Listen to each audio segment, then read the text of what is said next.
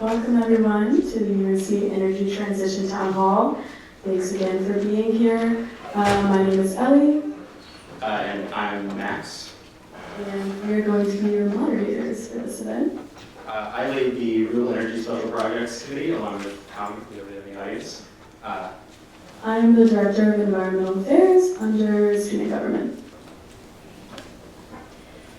Hi everyone, thanks for coming out. My name is Melanie Elliott. I am the Sustainability Analyst in Sustainable Carolina.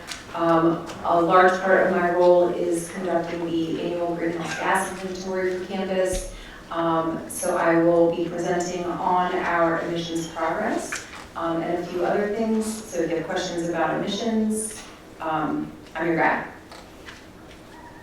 I'm Mike Piehler. I'm the university's Chief Sustainability Officer, and happy to be here and grateful for all of you being here. Thank you to Max and Ellie for making this happen. This is our 4th annual, and we are excited about all the things that you're going to learn about tonight.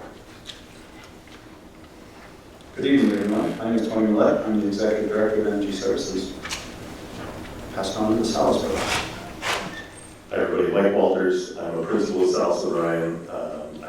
I've been working on this kind of project type for colleges and universities for about the last 20 years. So I have a breadth of experience throughout the country to share with you all, and I've been doing that as part of the project. Hey, good afternoon, everyone. Chris Martin. I'm also with Salas O'Brien and working with the university on looking at alternative energy supplies.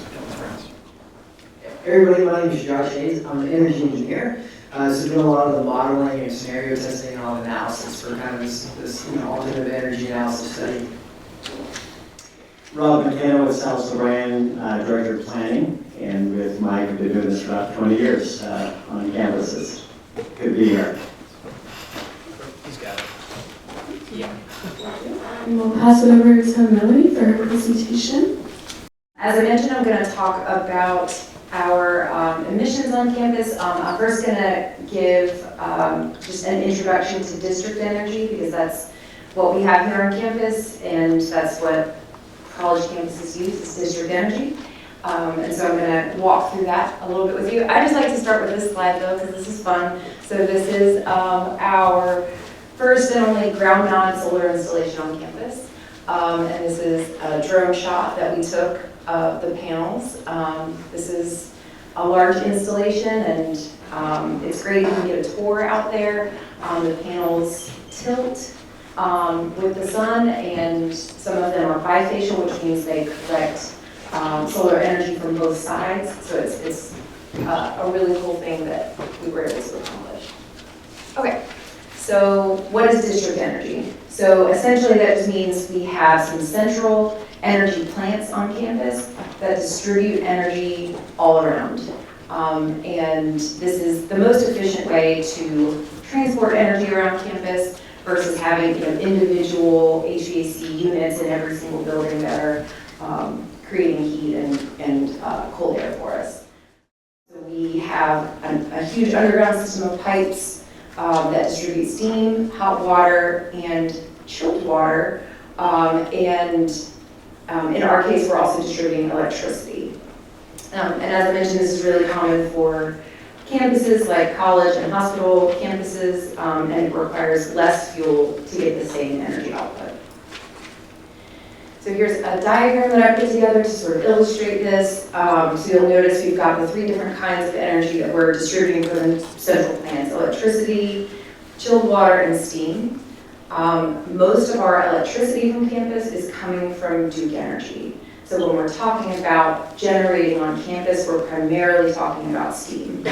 And steam is primarily coming from our cogeneration plant. So cogeneration means there's 2 types of energy that are being produced. Again, it's primarily steam, and then we are producing some electricity as a byproduct of that process. We have some substations that distribute that electricity to campus and a hospital. We have our chilled water distribution system and then steam distribution. And what that looks like from the buildings, of course, we're using electricity for lights, projectors, charging their phones, their laptops, and then all of the lighting outside of the buildings. Chilled water is used to cool our buildings. and equipment, like in the laboratories. Steam is used for all sorts of different services. So obviously we're heating our buildings with steam, but it's also used to create distilled water. It's used for humidification control. We use it to create domestic hot water. And then critically, we use it to sterilize equipment in our labs and in the hospital. So, you know, as I alluded to, we have this really large, sophisticated system with dozens of miles of underground pipes, electric transmission wires, and other utilities like telecom.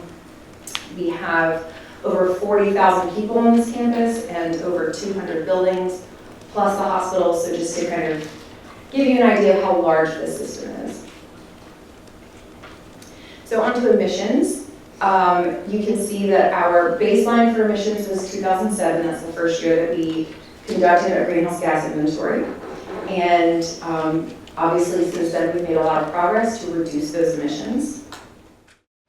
Reminder, when we're talking about combustion, we're primarily talking about steam. In 2024, the output of combustion was 87% steam, 13% electricity.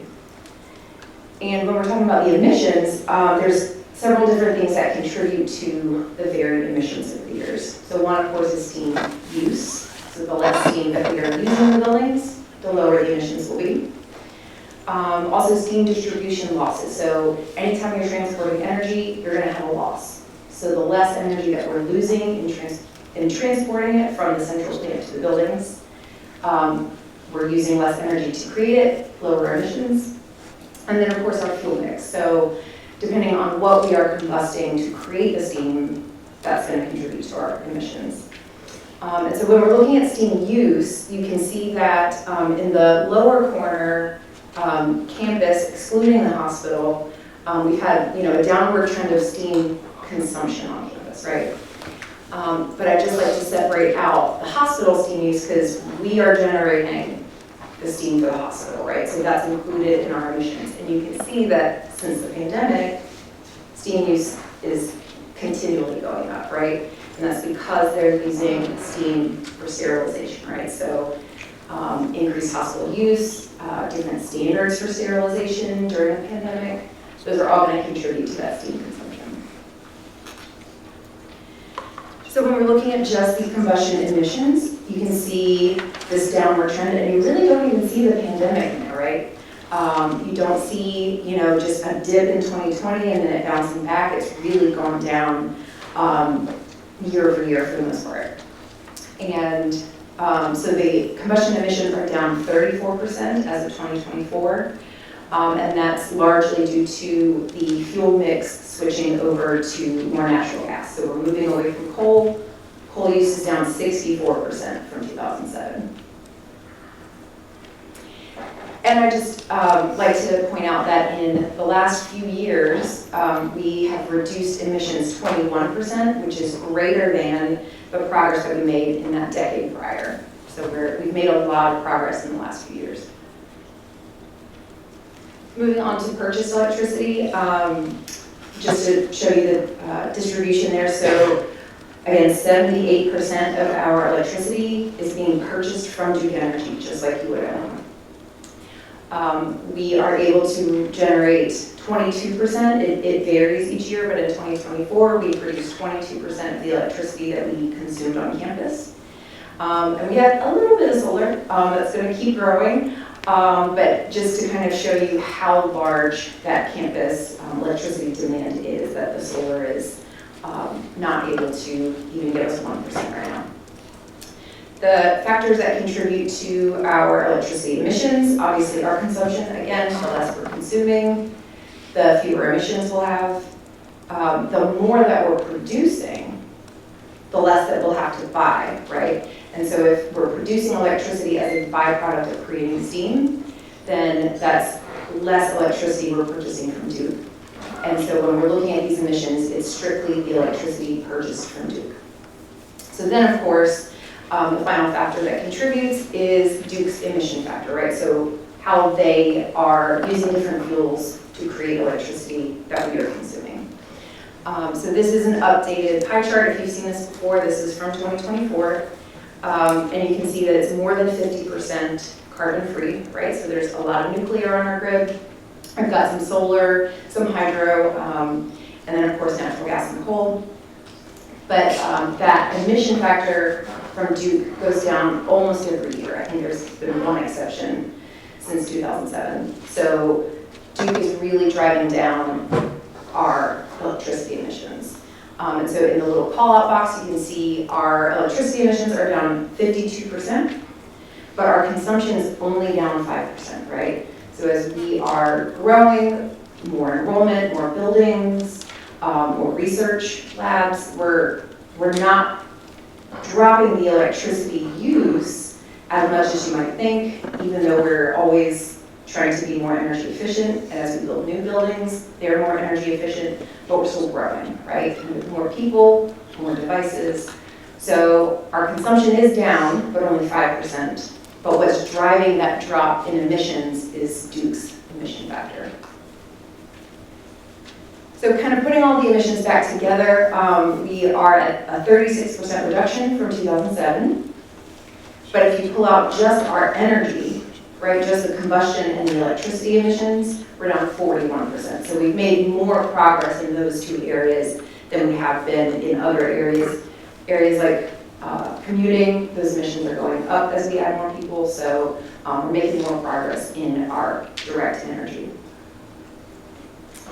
And so to kind of recap, we have a sophisticated district energy system on a very large campus with high energy demand. And we have lives and life-saving research on the line, right? So if we have a power outage or a steam outage, we're going to lose critical research and possibly lives in the hospital.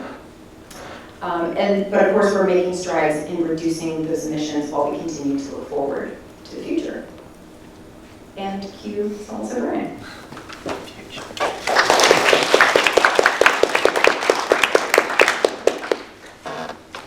Thank you. So just want to introduce Salas and Brian a little bit deeper. Salas and Brian has partnered with the university to look at the energy sources, the alternatives for energy sources for the campus moving forward. The cogen plant, which is what we've been talking about a bit, cogenerates, burns coal and gas, and cogenerates and generates electricity as part of that base steam generation effort, right? And so in order to move forward, there's a lot of different technologies that are available for us now. And so we partnered with UNC to look at what those options are, those technology options are, and explore which ones might be best for the university. So that's why Salas and Brian is here, and we hope to shed a little light on the details of that. So I don't know that I have to recap much. Melanie did a really good job kind of talking about cogeneration, but I'll be a little bit, I'll try to touch on some of the important parts, but I'll be brief. Something like 30 years ago, the university says, oh, we've got a huge campus. What's the most effective way to take care of the campus? What are the needs of the campus? And certainly cooling is part of that, and that's chilled water. We use cold water to cool the buildings. But most importantly to this conversation is steam generation. And steam is a great way to transmit heat from one building to the next. It is super dense, so you can run a whole lot of energy in a small pipe and deliver that around the campus. And it is centrally located steam generation because we need reliability. We need steam because it's efficient in the size of the piping, but it's also, as Melanie talked about a lot, life-sustaining. With the hospital, with the labs, with the animal quarters that we have, there's other ways of heating buildings. But there is a baseline fundamental need of steam. Now, part of that conversation back when the plant was built was reliability. The electric grid on campus at UNC is more reliable than Duke. That's because it has to be because of the critical functions that we have, the life-sustaining functions that we have. So there's a whole bunch of reasons of how we got to where we are today. Some of those persist as we move forward. Some of those are kind of antiquated, and we can drop those reasons in the past. So our process is going to be, very kind of obvious, but we're going to start with a whole bunch of technologies. I think how many did we end up with? 42? 49. 49 technologies we started out with, right? And this is just a bunch of geeky engineers in the room throwing ideas on a piece of paper and saying, what can we do? And then we talked to UNC and got an idea of what UNC's current criteria are for new technologies and what might fit. And we're in the process of kind of screening those technologies, bringing them down to a shorter list of what is viable for this campus.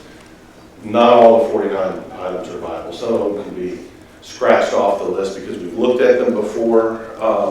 We've been on this campus doing work since 2003. I think Mike was here in 2007 looking at hog waste, right? And also that was about the era that we were looking at wind generation for the campus as well. So there's a lot of technologies that may or may not be viable. Some have fallen off. But we've got that big bucket of ideas. We're moving through shortlisting that.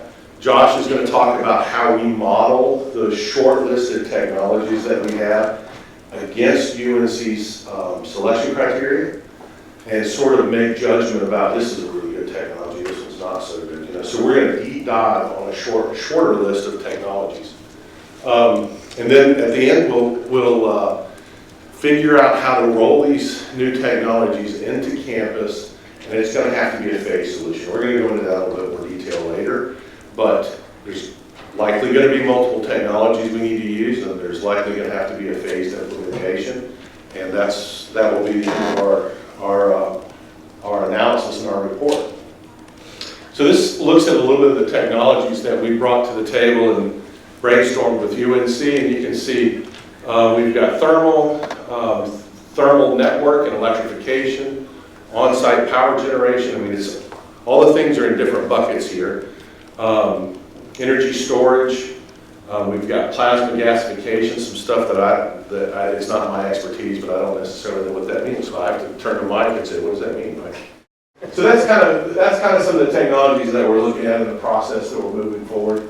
And all of these considerations fall under the umbrella of carbon neutrality, right? That's the end goal, is to figure out how to get to carbon neutral. And so some of these options that we throw up here are things that affect our decision making. But keep in mind, I want to remind everybody, the goal is carbon neutrality at the end of the day, right? So it all has to fit under that umbrella. Let's talk about some of the potential paths to get there. Mr. McKenna? All right, so Chris put up on the screen all those technologies. So let's break it down into some smaller groups here. So first off, one option is to use different fuel sources. In the central plant on campus, anytime you need to combust something, you can get a different fuel source that has different properties. So one is hydrogen. I'm trying to use this laser pointer, that's everywhere. Hold on. So hydrogen is a fuel source. You can combust that, use it in a boiler. Lots of considerations there. You can see there's lots of colors of hydrogen. Anyone know that? There's gray and blue. And why is turquoise called turquoise? Anyone know? Anyone know? It's just blue and green together. That's all. Good job. Extra points, Jeff. Prizes? No? Okay. Renewable natural gas is an option. So let me point out this, again, I'm trying to point with this, but it's not working. Anaerobic digestion. What is something that the state of North Carolina is uniquely qualified to put in an anaerobic digester? Anyone know? Fumes from lagoons? Probably. Anyone else? Hog waste. Hog waste. Yeah. Same thing, that's what you meant, right? Yeah, same thing, okay. But yeah, specifically hog waste, okay? Yeah, you guys are the number 3 producer of hogs in the country, I think. So that's something you can put into an anaerobic digester and get out of there. And we do have an expert in hog waste. Hey. So anyway, those are the kinds of things that you can look at. And so, you know, if you have other ideas, it'd be very secure. But those are the kind of things you can put into a boiler or some other combustion mechanism. Okay, Mike's going to talk about this next group. One of the strategies that I think is very talked about broadly these days in campus decarbonization is just the general topic of electrification. And there's a lot of different ways in which that comes to reality. There's a few options up here on the board. There's certainly more than that. But, you know, geothermal or geo-exchange systems are very prominent and prevalent across campus environments. We've probably done somewhere in the range of 600 geothermal projects at this point in our careers, and of all different scales. And so we can certainly share some information with you all and talk in more detail about that. There's also sort of the range of heat pump technology beyond the ground source heat exchanger to the geothermal system, so air source heat pumps. They also make a steam heat pump, which we can talk about. There's a lot of complication to using that type of technology, but that's another electrification strategy that we can look to too. And then heat recovery chillers, a way to sort of make hot water and chilled water simultaneously, right? So if you have to make chilled water for this building to be cold and you have a need for heat somewhere else, you can basically reject that heat to a water source and move that to some other area of campus that can use it.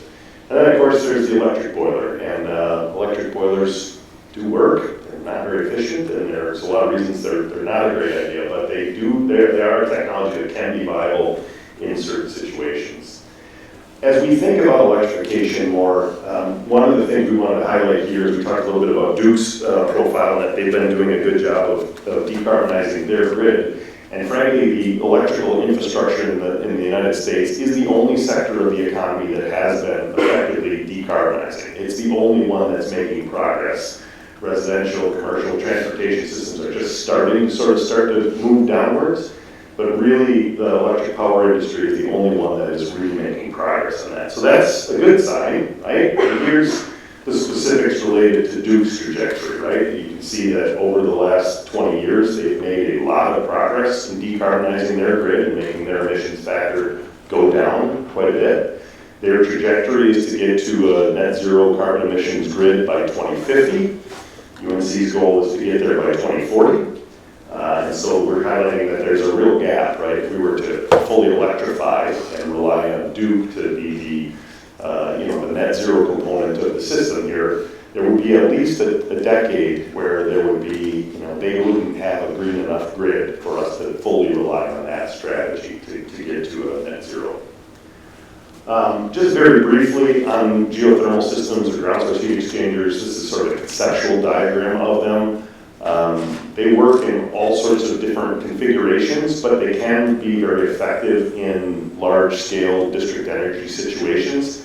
Though in campus environments, finding places for these things to go is often quite difficult. So in general, you can think about a boiler makes a lot of energy in a very small footprint. The boiler is smaller than this room. A ground source heat exchanger that produces the same amount of energy as a boiler takes acres of space to implement, right? And they're somewhere between 400 and 850 feet in vertical depth for every bore that's a part of that. Those bores are usually 20 feet on center, and you need dozens and often hundreds of them in order to get the scale of a district energy system.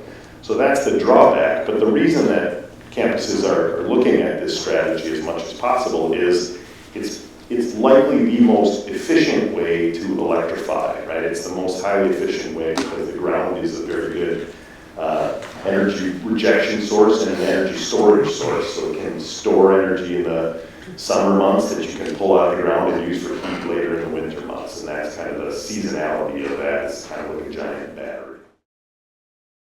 So you guys talk about some other things. So Josh. All right, thanks, Mike. So talking about Duke Energy, I mean, we're really reliant on them to decarbonize. And so the question is, should we?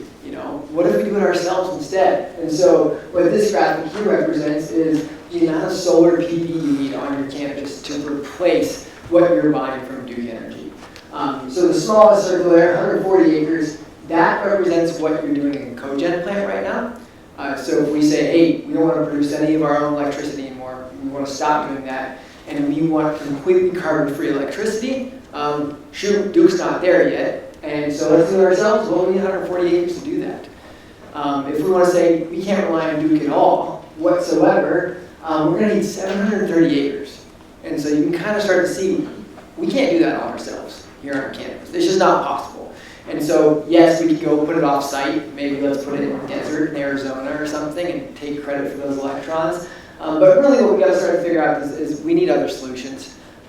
Yes, Duke Energy certainly is part of the solution, but unfortunately we can't do it ourselves. It's just not physically possible, at least with solar PV. So, I mean, what about nuclear? I mean, we saw from Duke's Energy Resource that it was 52% of their overall emissions, our overall electricity production. That's awesome. You know, we want more of that. We want clean energy, right? So can we do it ourselves? Well, short answer is no, not right now. There's not enough commercially viable technology to go onto the market and purchase it. If you were, we're seeing, you know, upwards of 15 years of permitting processes in order even to make this possible. And so it's not a tomorrow solution. It just can't be. Not to mention is you know, we've highlighted here the dead zones required for, you know, putting some different types of technologies. And so, you know, can we find 45 or 130 acres on campus where no one can ever enter due to kind of the, not quite the radiation, but essentially, you know, a safety zone? And really the answer is, you know, you guys have a nice campus. We probably don't want to dig a giant, you know, 45-acre fenced-in area where no one's allowed to go in. And so really trying to understand, you know, what are our options for electricity. Ultimately, you know, Duke is going to have to be a part of the solution. But this is an evolving market, you know, so right now maybe the answer is no, but maybe in 15 years the answer is yes. And so this is part of the alternative technology scenario analysis that we're doing, is trying to understand, you know, how does this change over time? How do we build a system, and how do we phase a system that can be flexible enough to adapt to the changes that are required here as all this technology is improving? Okay, so a lot of people talk about energy storage, talk about batteries, things like that. A couple of things we want to highlight here is storage systems like batteries, while they are great enabling technologies for renewable energy, they in and of themselves don't offer any carbon mitigation. All you're doing is you're time shifting the use. As you all know, because you have phones that have batteries in them, you charge them at night, so you're sucking energy from the wall at night, and then you're using it all day long as you carry that phone around with you. That's all you're doing. You're just time shifting the consumption. And so if we look at this, there's electric storage options. So the graphic here is showing, okay, ideally you're purchasing in a district energy situation like this, you're purchasing electricity at night when it's cheap, and you're using it, you're storing that up, and then using that during the day to avoid having to purchase something that's more expensive. But there's really no carbon shift in that. In fact, there's a little bit of energy lost in that whole process. If you look at solar, so you're in California, for example, where there's a lot of solar, there's too much during the day, and so if you can store that up, then you can use that at a later time of the day when you want to use that. On the campus here, you already use chilled water storage. There's a thermal energy storage tank. How big is it? 5 million gallons. 5 million gallons. And that is charged, that is at night when electricity is cheap. You produce chilled water and then use that during the day. So that's very much an enabling technology, something that's very useful, but in and of itself doesn't necessarily provide carbon mitigation. What are we doing right now? One of the things that we've been doing as an energy engineering, and this is kind of stuff that I get involved in, is investing in a digital twin model. So not quite an AI model, but really how do we develop these energy models for a campus like this when we know there's so much complexity in your current systems. And so what we've been doing is trying to develop this digital twin, which is a replication of your current system. So steam production, electricity production, chilled water needs, building electricity demand needs, and ultimately fine-tuning that system in order to say, okay, now that we got a calibrated model, great, let's start to test it. Let's start to impose different energy technologies on that system. Let's start to show what happens when we plug in one technology versus another? How does that change our energy? How does that change our carbon emissions? How does that change our operating costs? Because these are all things that interplay in the decisions that need to be made here to come up with a good solution. Because as Mike mentioned earlier, we could just switch to electric boilers and say, hey, by 2050, we're carbon free, right? Duke's going to do all the work for us. The problem with that is there's a price tag to do that. You're paying 3 times more for electricity than you are for steam, and so can you bite that additional cost? And so there's a lot of different trade-offs, for how we're doing this, and ultimately this digital twin can help us answer that, is to figure out how do we optimize this system? Where are the right technologies to interplay into the right systems? What's the right mix of those technologies? So we can start to look at, kind of what are different solutions here, and then once we can start to hone in on what solutions make sense, okay, how do we deliver them? How do we start to phase what this looks like? How do we implement a solution that is actionable, and we can start to make real progress here? So just 2 more slides here, just a little bit on our process and kind of getting a sense of the timings of this. So this is a diagram of the current process for the project that we're engaged with currently. You can see there's a couple of darker blocks up on the top. Those are the months of the project, and we're kind of straddling in a transition zone between task 2 and task 3, where we're really trying to understand these pathways that we've been kind of describing to you and the technology set that needs to have this robust digital twin modeling that's done for it. So, and Josh didn't mention this, but those digital twins, those are annual hourly models of every utility that works here on campus. So there's 8,760 hours in a year, and these models are producing information on an hourly basis across all of these components of the utility systems, for steam, for chilled water, for electricity, the interactions with Duke. All of that has to be well understood, modeled, calibrated to kind of existing systems so that then we can reasonably compare alternatives moving forward. And that's kind of when the exciting stuff finally starts to happen. We sort of feel like we've been looking into the past and documenting things and really building this model for the first 6 months of this project, and now we can really start to test our ideas. Just to give you a sense then on the implementation side, once a project kind of really gets defined and an institution knows how they want to move forward, this is an example from Miami University in Oxford, Ohio. This campus is maybe 40% of the size of UNC Chapel Hill, so it's a big campus, but it's not nearly as big as you all are. They've been working on their transition since 2012. They'll be complete around 2030, and they have major sort of phases of activity for regions of campus that they're electrifying or decommissioning a steam system or adding chilled water storage or adding hot water storage or enhancing a steam network so that it can be converted to hot water for a region and persist in another area of campus. The one thing to highlight here in this specific slide is the energy use intensity graphic up in the upper right corner of that. So far, they've almost halved the energy use intensity of their campus. So that's generated for them over $100 million of utility cost saving to the institution, and they've been able to use that to reinvest in their other projects to keep their initiatives moving forward.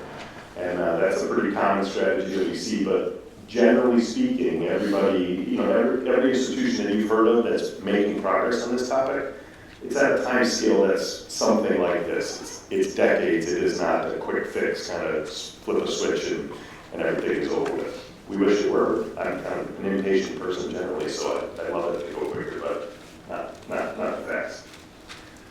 And I think that's it for us.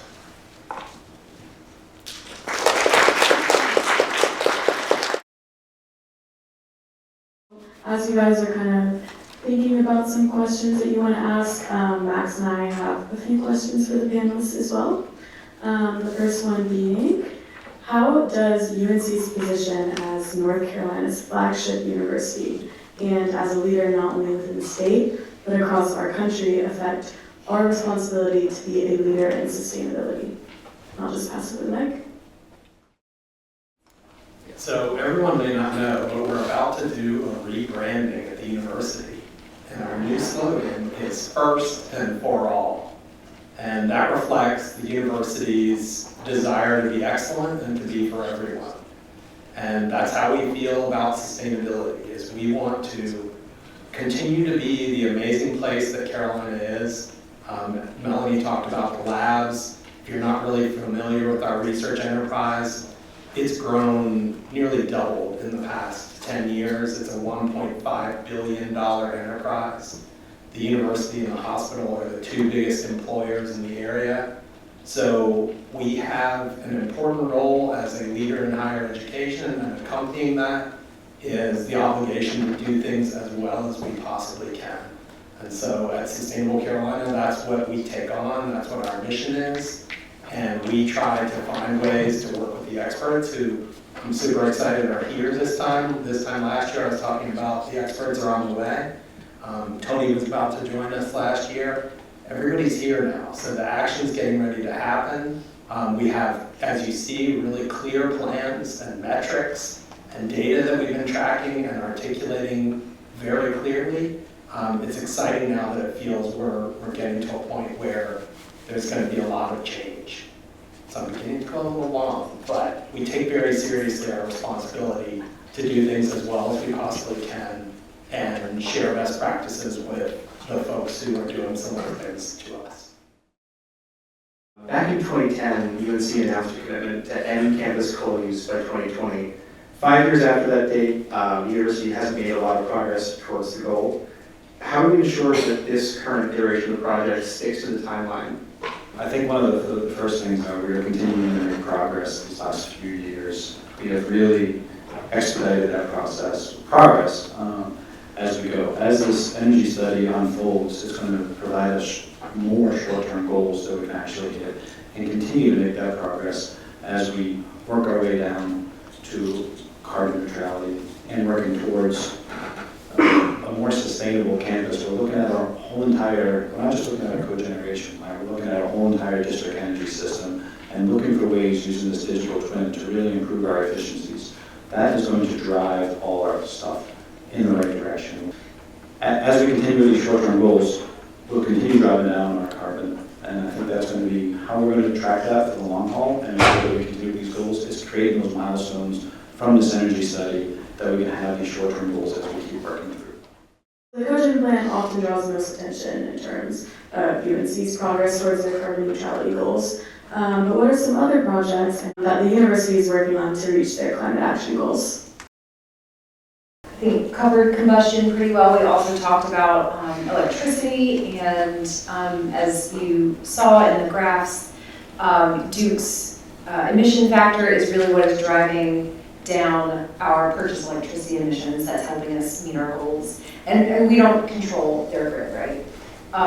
But in other areas that we didn't really get to talk about, there are some areas of emissions that are going up, right? So our commuting emissions are going up, even though cars are getting more fuel efficient. It's because we have so many more people on campus who are also traveling from further away, right? So as cost of living in Chapel Hill goes up, people have to live a little further away. So those two factors are contributing, but we, in the commuting area, are trying to improve those commuting emissions through electric buses. If you didn't know, the university pays the majority of the share to fund Chapel Hill Transit to keep it free. And Chapel Hill and Carborough pay the other portions of that. But we also help fund electric buses. RSPC helped fund an electric bus for that fleet. We're also working on express lanes for the bus. So that's going to help with ridership for the buses. And there's, other areas, air travel. That's an area where, again, we don't have a ton of control necessarily. Our flight miles are up, but those flight emissions are down, largely driven by the airlines. Planes are more efficient, there are more people per flight, so those emissions are coming down in that way. But we also are trying to make our buildings more energy efficient. As we are expanding campus, those buildings are going to be more and more energy efficient and have better standards. So there's all sorts of different projects that are helping us get to our goals beyond just the energy transition. What steps will the university take to include students and other stakeholders in the decision-making process going forward? And what message do you have for those in this room that care about UNC's energy transition and want to be involved? I'll answer the second part of the question first. How to stay involved is doing exactly this. having this participation, coming to these events, being involved, being aware of what's going on around campus, following the Energy Services website. Once this energy transition is completed, we are going to be posting updates where we are, timelines, next milestones that we will be hitting, areas for you to be involved in, and how we keep involving the stakeholders is participating in events like this, updating everybody, letting everybody know where we are going, getting your input, hearing your voice. So that's going to be our goal. That's my goal, to make sure that I involve the entire campus. I just add, probably the very best way is to join a student group like ISPC and some of the other really effective advocacy groups. We get so much energy and so many great ideas from students on campus. In the Institute for the Environment, where Sustainable Carolina is, we have something called the Energy Transition Initiative. And many of you knew Alex Hopkins, who is with us and has left to a job in the private sector, which is super exciting for him.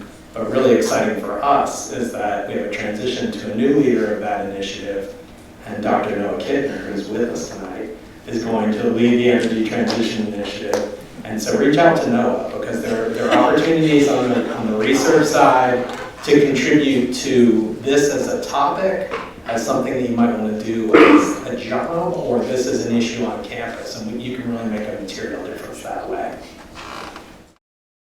I want to know a little bit more about wind. Do you think it's feasible and worth going for, even if it doesn't fully meet our clean energy ambitions? So wind, who asked this question? Come on, I'd like to know more about the background of this. But let me just talk about wind. So are you talking about utility scale, or are you talking about here on campus?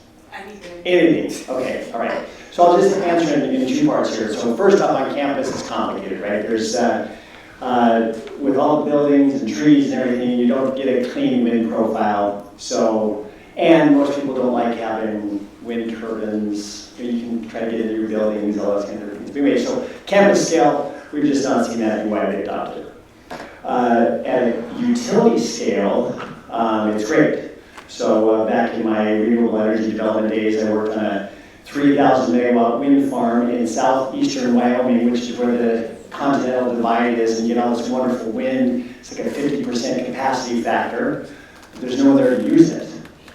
So then we had to build a big transmission line. It took 16 years to get it approved, to get that wind from southeastern Wyoming to Las Vegas, where it could then get into the southwest grid. Okay, so those are some of the complications you run into. Is often the resource isn't where people needed to use it. And so that's a big issue. I know here in North Carolina, historically, there's been a push for offshore wind, which would be fantastic, and that's a great resource that is, where it's available, is going to be, again, you've got to get it to a place where people need it. So that's the primary issue that I see with wind is, it's great, but how do I get someone to productively use it? Anyone else want to add anything to that? Just that, I just wanted to add that everything you said, I agree with. But back in 2007, 2008, the university did a pretty deep dive on wind and went offshore with the most viable place to put it. And my recollection was that, like some of the challenges that Rob was talking about, it's just too far offshore to make it economically viable. And coupled with the fact that there wasn't enough wind at that location. So that's kind of the backstory of it. How feasible is it to use the current infrastructure that the UNC's energy district system has in implementing and rolling on new technologies?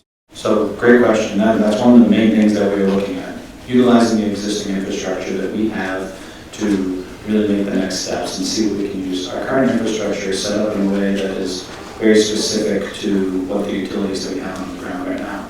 We're looking at ways right now to utilize some of the underground tunnels that we have, the underground distribution loops that we currently are using, to see ways that we can improve on those, or just use those corridors that we already have. And I think that's going to be a key to get us to where we want to go. We're also looking at certain portions of campus that maybe, right now they're using steam, but maybe we would convert them to hot water. Maybe we look at places where it's really great to use geothermal, or combine hot water and geothermal. It's really taking a whole step back, looking at the whole entire campus, and then looking at that distribution and infrastructure loop and seeing what we can utilize from it, and then maybe what we have to add. I think I'd just offer one additional part. As we think about, the implementation of any of these technologies, we look at sort of the generation or supply side, right? The central utility plants, the plant assets, the distribution system, and then the building side of it, right? And those are all, in our minds, part of the infrastructure components that really need to harmoniously play together, right? And so we're chasing this balance between, if we do something on the supply side, how much effort needs to go into the distribution infrastructure or the buildings, and effort usually means money, right? And so we're trying to strike that perfect sweet spot of, can we find a technology that allows for minimal campus disruption, still meets these, environmental efforts that we're trying to hit, and then doesn't, create an unreasonable burden from a financial perspective to actually transition. So that's why when we talk about electrification and moving from steam to hot water, there's a lot of good reasons to do that,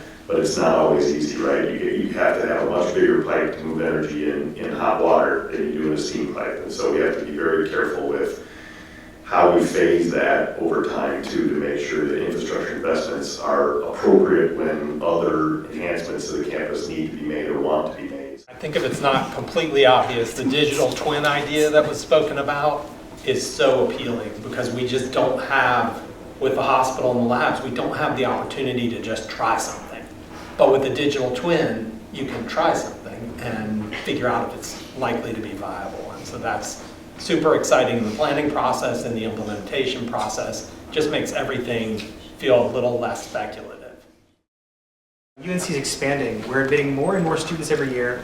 How do you plan to manage this growing population and manage our path towards sustainable energy at the same time? So I'll start by saying all the stuff that Melanie showed about our trajectories of reduction and efficiency, all of that is in the background. That's not per capita.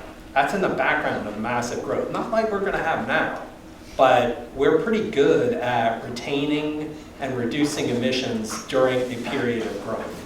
So at some point, you can only be so efficient. We'll get to the end of technology, but I think it's going to be hard to do, but it's a challenge that I think we can meet.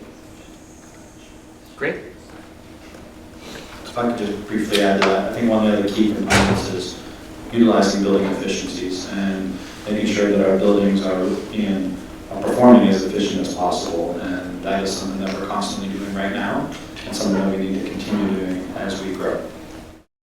As one of the biggest consumers in Duke's service area, how much influence does the UNC system have over Duke and the NCUC's decisions? Yeah, that's a good question. So we are a large-scale consumer from Duke, but I do not feel that we have any weight per se on influencing Duke to make a decision one way or the other. We are still just a consumer from them.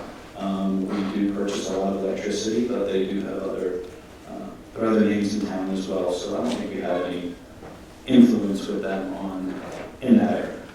We do have a great partnership with them, though, I do want to say, and they work with us very well on our electric distribution side. And also we, as one of those large customers of Duke Energy, we've been in different stakeholder meetings to voice our opinions. So I don't know how much influence we have, but we have been involved in those conversations over the years. In particular for, if anyone's familiar with the Green Source Advantage program, where we were trying to find ways to purchase renewable electricity for campus, which wasn't actually viable for us, but I and other people were regularly in those meetings with Duke. Haven't seen one in a while.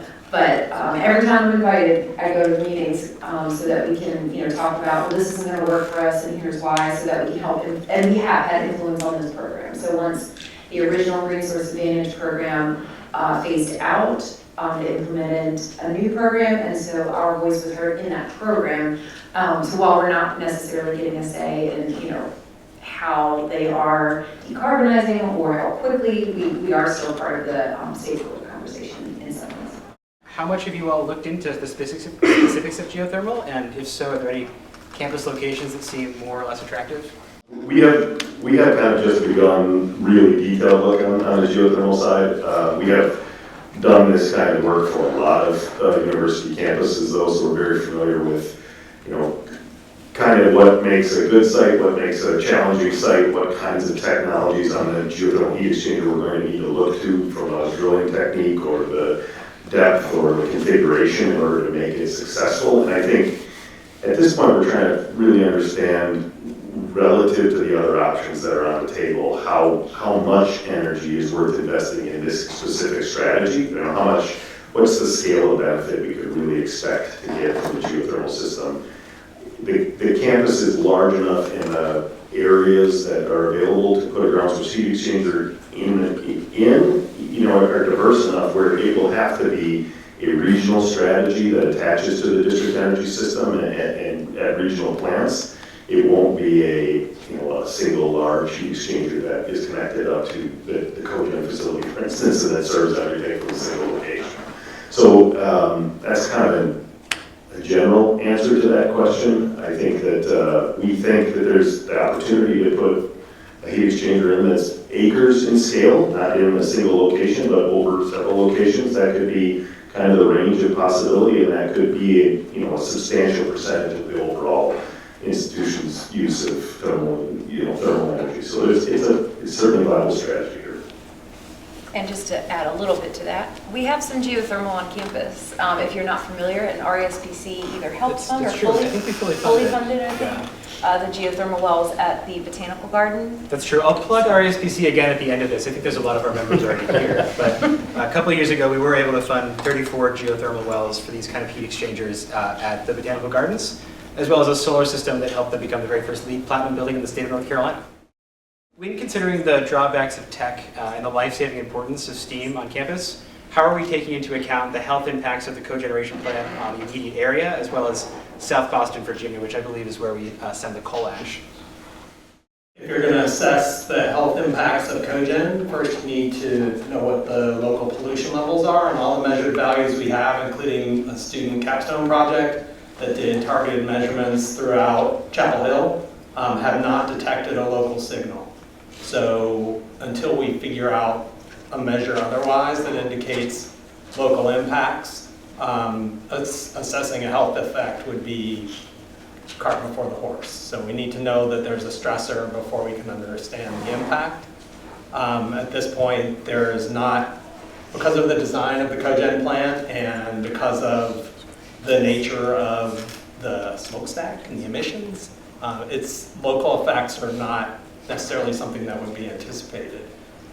With South Boston, which is an abandoned landfill, which is contracted to accept the post-combustion waste from cogen, which, if you don't know, is because of the amount of calcium carbonate that's burned on, is that right? Along with the coal. The material that ends up, the remaining ash, while coal ash and toxic with metals and things like that, it sets up like concrete. So it is effectively a solid fill.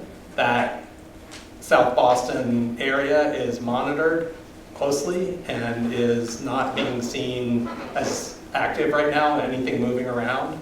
So for now, it is thought to be a permanent disposal. Concerning renewable natural gas from hog waste, how do you plan to mitigate the carbon emissions that come from transporting the hog waste? In like 2008, 2009, the university did a very detailed look at hog waste too, just like the SWIN study. And unfortunately for me, I spent a lot of time on hog farms as a part of that, and this mental scars to prove it, I guess. Very nice people, very nice facilities, really. And the thinking was at that point, we were not going to transport the hog waste. The hog waste stays in the location of the hog farms. And actually, at the time, we looked at almost a district sewage system for a set of hog farms in a region of North Carolina to see if we could centrally locate that and then have larger anaerobic digestion lagoons attached to that. So if that strategy were to be pursued, it would leave the hog waste at the farm, and only the cleaned up gas would be transmitted into the pipeline. And effectively, that would be almost like a power purchase agreement on the electricity side. You wouldn't really anticipate the actual molecule of gas from the farm coming to the campus. Rather, it would be kind of a paper transaction, and that molecule would just go into the pipeline and be pressurized wherever it ended up. We just have a question about if you guys are considering the environmental justice issues associated with hot gas. Yes, I think if we were, we would for certain, because there are demonstrated impacts on specific groups of people as a result of hog farms operations. And so as we've looked at renewable natural gas, there is the secondary or primary question about, is buying this going to sustain something that has other negative impacts? So it would definitely be in our decision making for sure. Are there any plans to phase out the cogeneration plant, or is it here to stay for the short term? As we move through this energy transition study, that's going to be one of the questions that we'll be looking at. But the site itself, I think, is going to stay. What we do at that site is going to be, one of the questions. Are we still going to be using cogeneration? Are we looking at another technology that we're going to be using? But I think the site is here to stay because it is we need that site to actually generate some sort of energy to provide to the university. When considering acres needed for solar, are we including the tops of buildings in that analysis, and is that feasible? So when we're talking about rooftops, I think it's important to understand, I've had this conversation with different people who are like, I can put solar on my house and that covers the electricity that I need.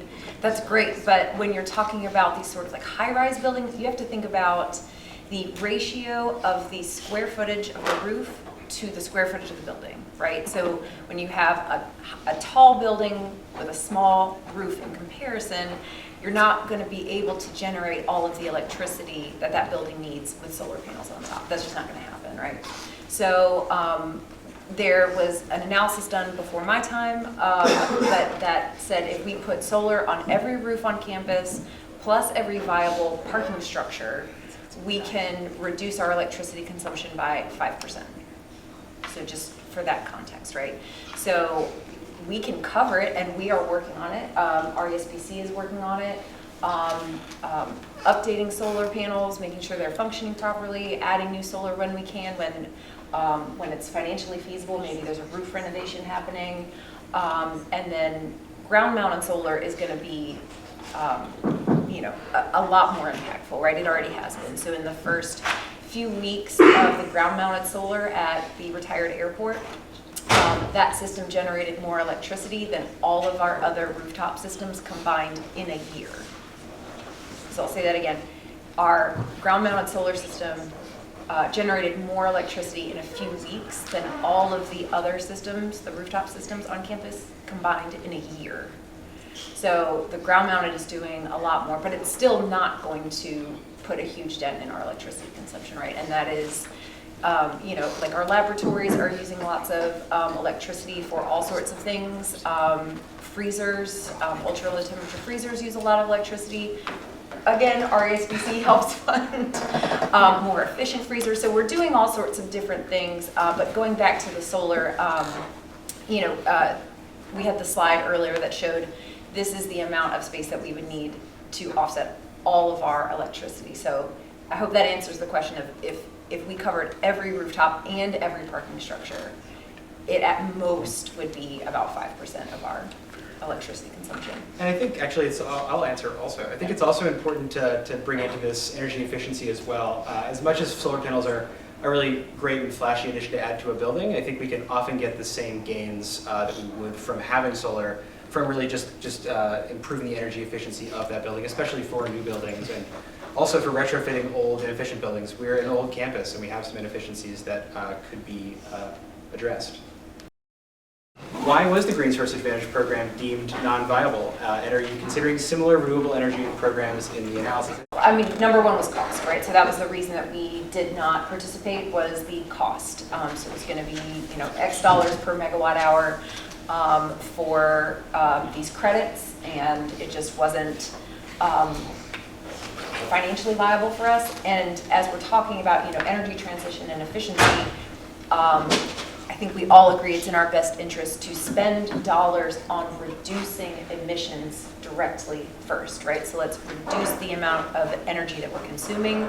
Let's invest in the fuel switch. before we're just spending dollars on renewable electricity over here, right? Because that's not happening on campus, it's happening somewhere else and we're getting credit. And there were some entities that did participate, so including Duke University and some other folks who did participate in Green Source Advantage. I haven't heard any updates, but the last I heard, none of those projects had broken ground even.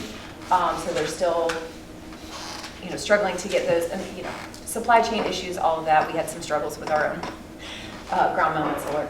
And then the third point I want to make is that there's no additionality to Green Source Advantage. So Duke released their carbon plan. They said we're going to implement X amount of gigawatts of solar on the grid, and GSA is not additional to that, right? So essentially, we could pay big bucks to participate in GSA, and we could claim all of those electrons as our renewable electrons, but Duke has to implement that amount of solar anyway.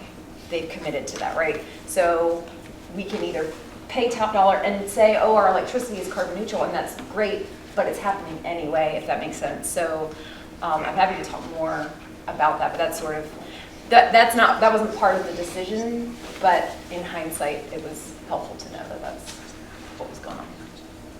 And it wasn't just us that it was inaccessible to. Not a single public entity was able to participate. And public universities would be violating the state's constitution if we paid triple for electricity.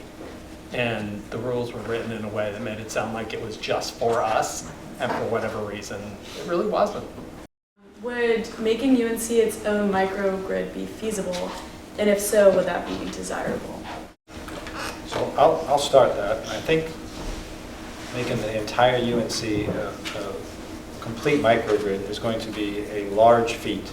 There comes a lot with that to try to incorporate that. That would be, we would have to have a cogeneration plant that would be able to supply power to the whole entire university, which would quadruple our size there. And then there's a lot of costs that would go along with that. And a lot of infrastructure upgrades as well to our electrical system to be able to support that.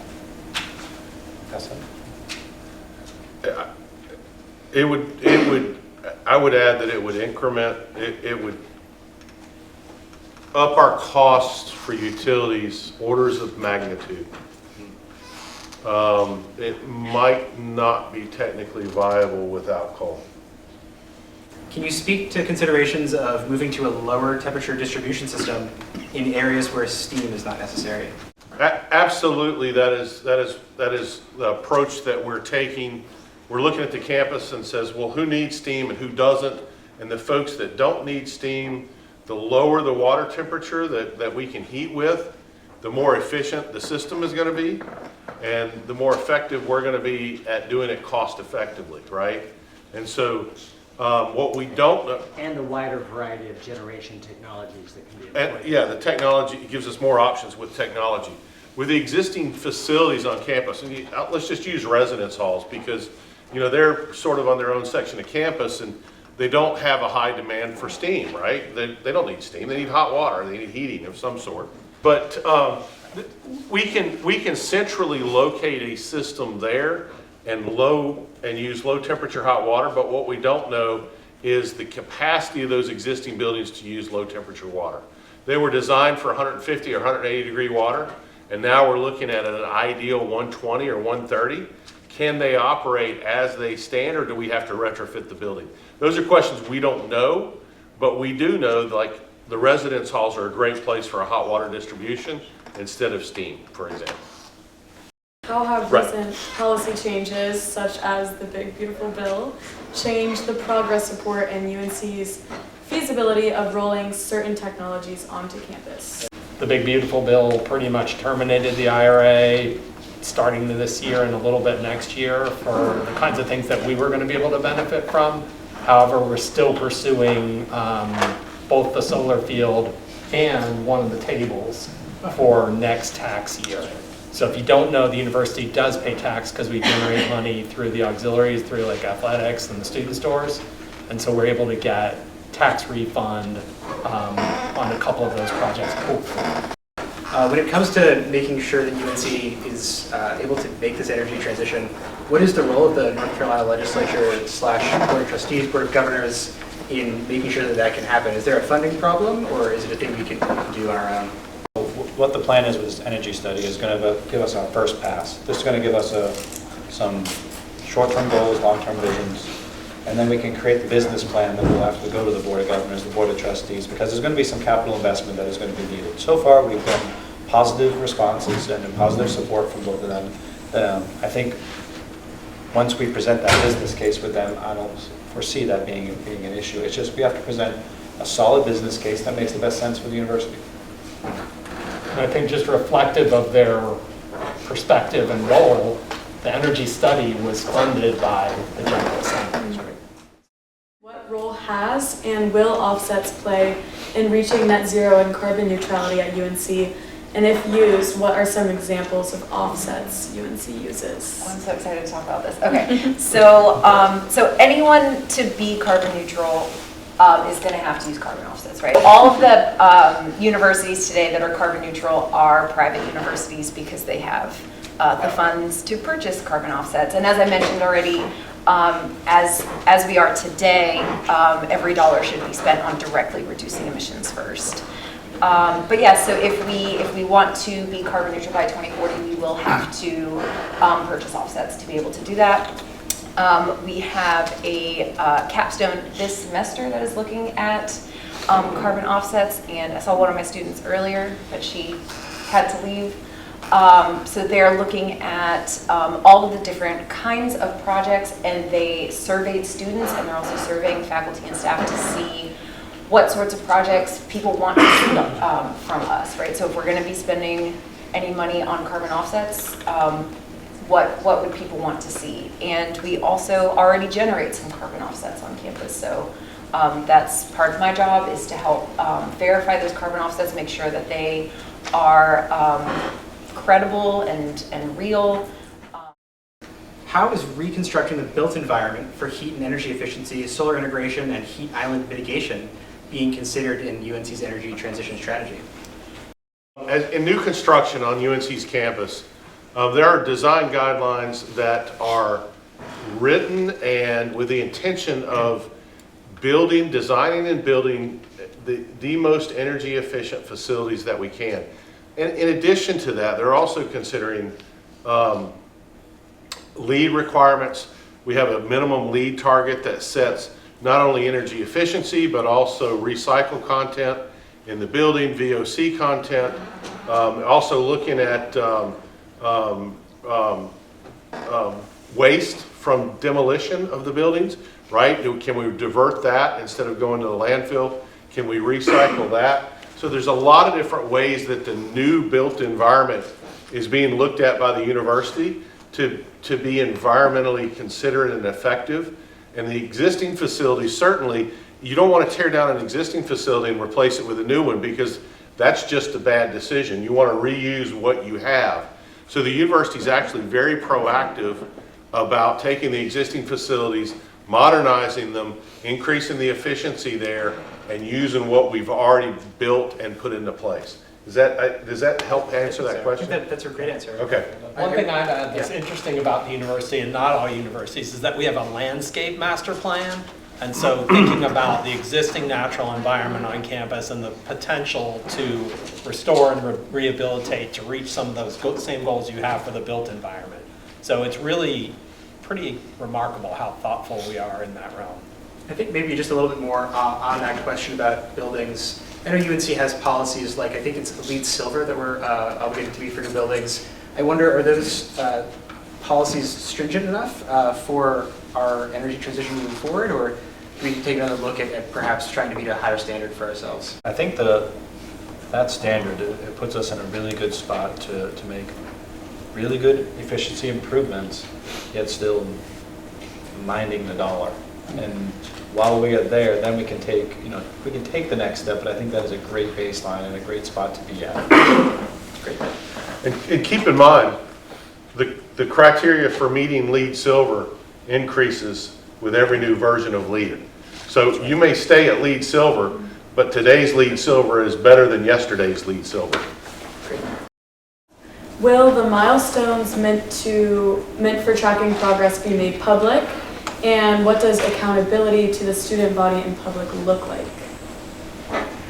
So I would say the milestones that we make from the energy transition, yes, they'll be made public, absolutely. I want everyone to know what we're doing because it's going to be positive results. We're going to make positive changes and we're going to make it in a positive direction. The timelines are going to be there as well. Some of them may be a little bit more rough than defined, but yeah, absolutely, and that's definitely one of the plans. It's keeping everyone engaged, I think, is a very important part of this. Doing things like this, communicating with everyone, so everyone knows kind of where we're going. I'd just say we're doing that now. Yeah. They're not from the energy transition. We have our water plan, we have our climate action plan. They contain goals, which have metrics. Progress is tracked. If you haven't seen the annual sustainability report, it's awesome. All of that comes out every year. And going back to the Coal 2020, we are not going to say things that aren't backed up by facts and plans. And if something goes wrong and we don't get there, we're going to tell you why. There are a lot of good reasons we didn't get off coal by 2020, and they weren't well articulated. And our goal is to be transparent, fully transparent, and highly communicative. And we love suggestions about how to do it better. What technologies are currently looking the most financially feasible for UNC's energy transition? As of right now, we haven't even looked into the financials yet. We're strictly looking at the technologies and what we can best implement into our system. That is probably going to be the next stage of that, starting to look at the financial portion of it. Right now, we're just trying to take a look at those technologies and see, okay, where can we fit these in? Where do they make the best sense? Do they make the best sense? And then we're going to look at the financial impacts. Yeah, one thing I might just add there too is financials are two things. One, it's your purchased energy, and two, it's your capital cost. And so really it's both of those that need to be considered. It's not just one or the other. So that's a big part of the analysis that we're doing is the energy analysis and the capital cost to figure out, what this total solution looks like overall. While we're on the conversation of cost, how is Salas O'Brien going about cost-benefit analysis? What are some of the parameters involved in the process? And will this have an impact on student tuition? Yep, it's going to double. No. So the process is, and if anyone is interested, feel free to reach out. Happy to walk you through the typical process we go through. So we're going to be putting together a 30-year life cycle cost analysis for every technology and every scenario that we're evaluating. And as Josh said, we're going to be pulling in what's the first cost. So we got to have some concept of what the design looks like. We got to put some cost to those based on industry averages and our experience elsewhere. As Josh said, it's going to pull in the energy impact, which directly turns into a dollar impact, either increase or decrease. And some of these are pretty big changes one way or the other. And so we'll be showing some of those. There's other operating expense or benefits that come along with that. So there'll be a full cash flow model associated with this. You get a 30-year life cycle cost model that will be a part of that. What was the next? And obviously the intent is no impact on student tuition. I mean, you guys already pay a lot for the privilege of being here. And the university, just from a fiscal stewardship perspective, is always trying to do the things that will make the most sense from a financial perspective. And so does it impact and get you closer to your greenhouse gas goal? That has to be true for this to something to happen. But the next screen is this financially feasible? And can this be done in a way that matches the cash flow availability of the constrained environment that you live in? Just like all your personal lives, there's a given amount of cash available to pay for things. And the same is true here. We have to manage that. And so we go through the technical engineering, and then we go through what I call cash flow engineering, which is how can we buy that set of things in a way that is affordable for the institution. More so about maybe UNC's buildings that exist. How does historical and cultural preservation of these buildings impact implementation plans for on-site technologies and renovations? I would say, if I may, I would say that by and large, the impacts to existing facilities for everything that we've talked about tonight, right? I would say there's energy efficiency, which is however we get the energy to the building, we need to consume the least amount of energy that we can to get the job done, right? And then we're going to deliver energy to the building in the most effective way.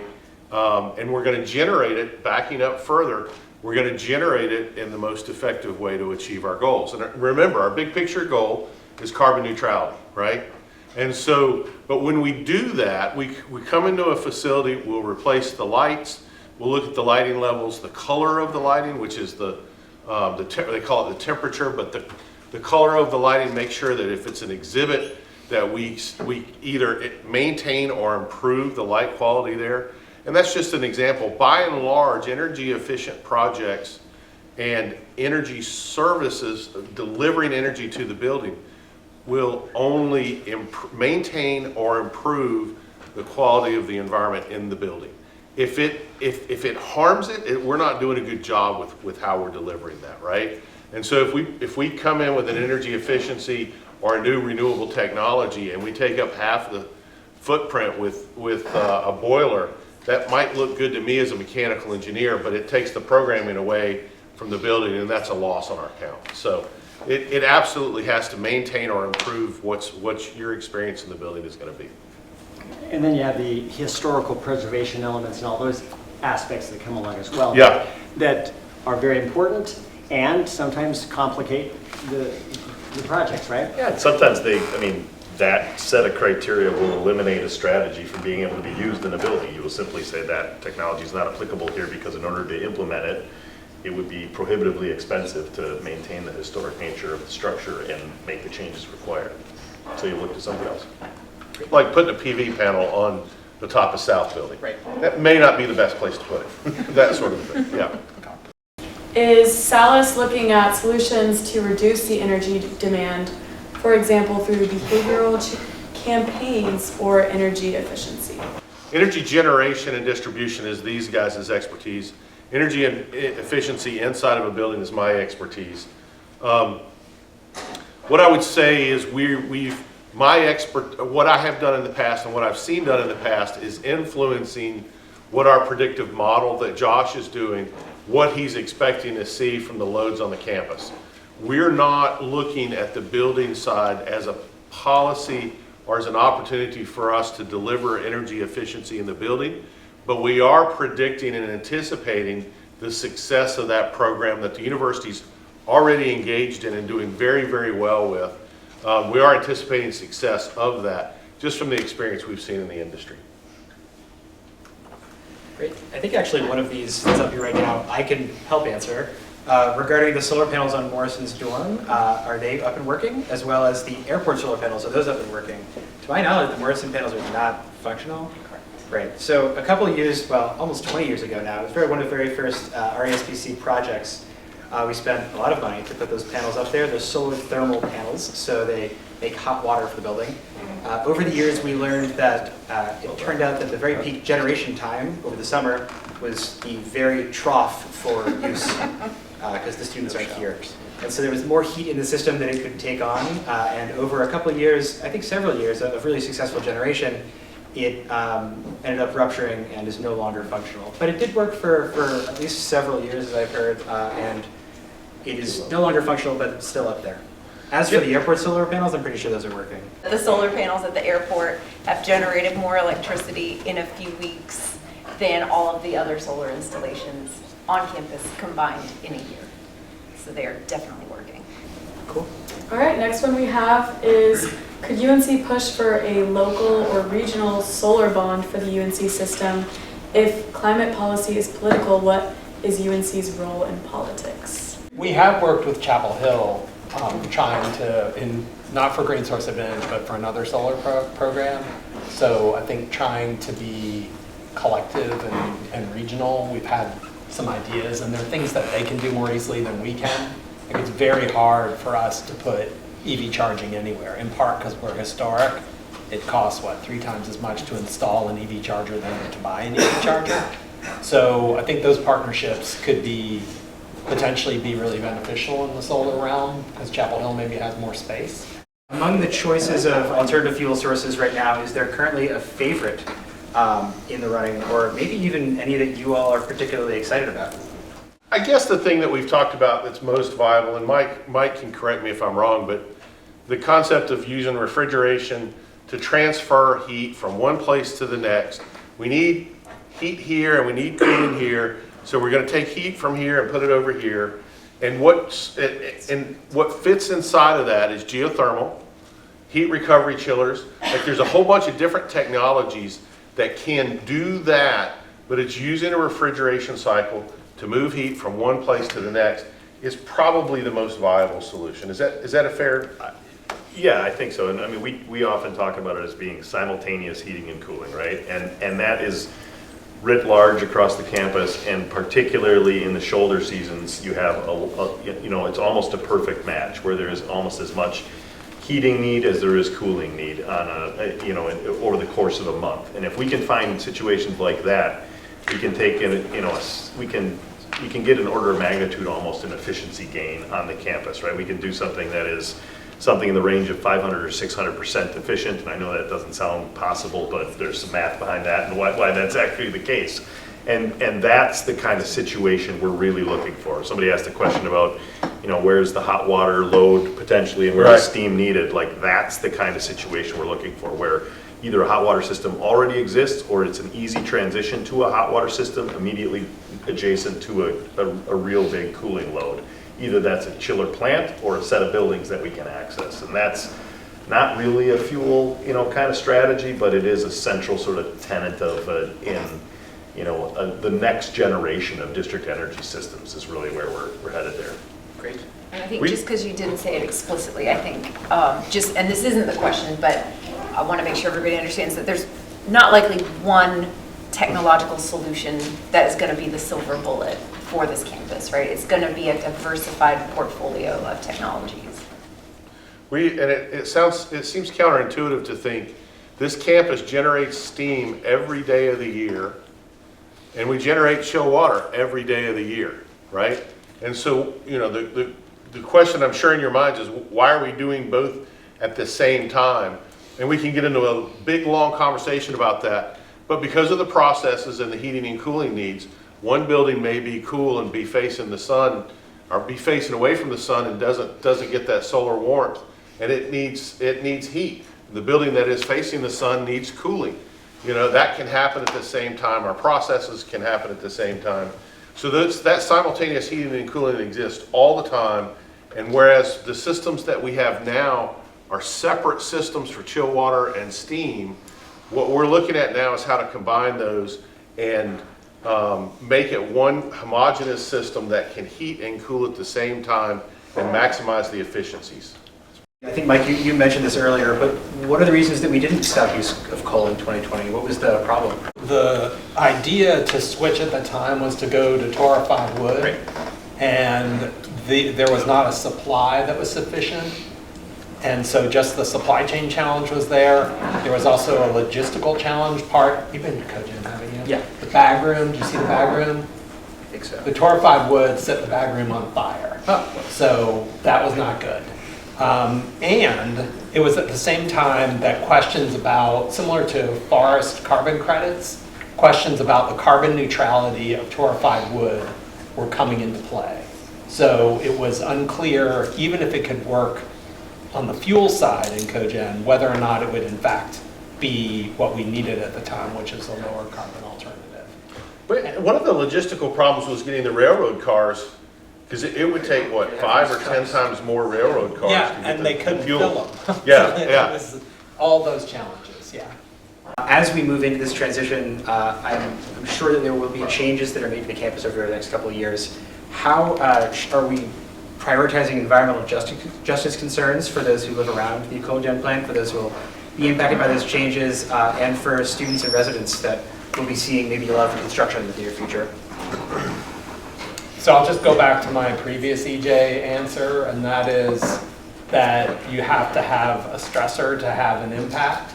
And I think probably any changes at the Cogen site are unlikely to be a negative stressor, and there's not a lot of evidence right now of local stressor in terms of local pollution around Cogen. And so in that way, it's kind of the generation is going on where it's being used, If we generate in a different way, we may potentially put a burden on some distant community. So in some ways, you could argue that if they're in fact, the world seems to be like I think it is at this point, where cogen's not causing any pollution, it's kind of just as it is. But there's a deep sensitivity to having just solutions and to not solving a problem and creating another problem for somebody else, especially someone who's already bearing burdens. Well, thank you all so much for having this panel with us. It's really important, I think, to have this kind of transparency. Quick hand for our panelists.